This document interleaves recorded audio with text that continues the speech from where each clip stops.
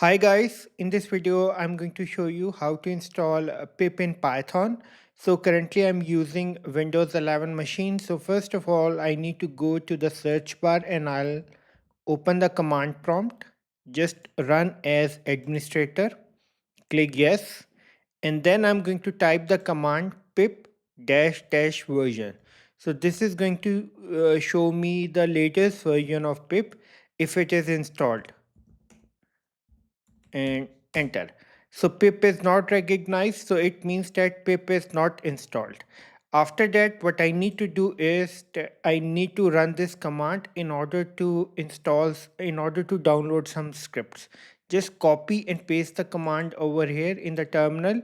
So I'm going to provide this command in the below description. All you need to do is just copy and paste. Okay, just paste and press enter. And once this is done, I'm going to run the last command, this one, and just wait. So we are done. Now I'm going to run this command.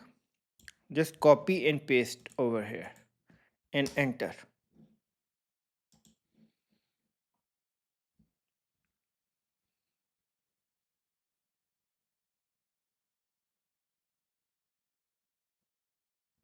So pip is successfully installed. Now what I need to do, I will just close this window and I'm going to open the command prompt again. So run as administrator, click yes.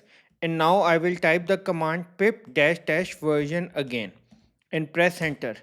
Now you will see the pip has been installed for Python 3.13. This is the version that has been installed in my system, the Python version. So at the end, I would request you to please subscribe, like, and share. Thank you.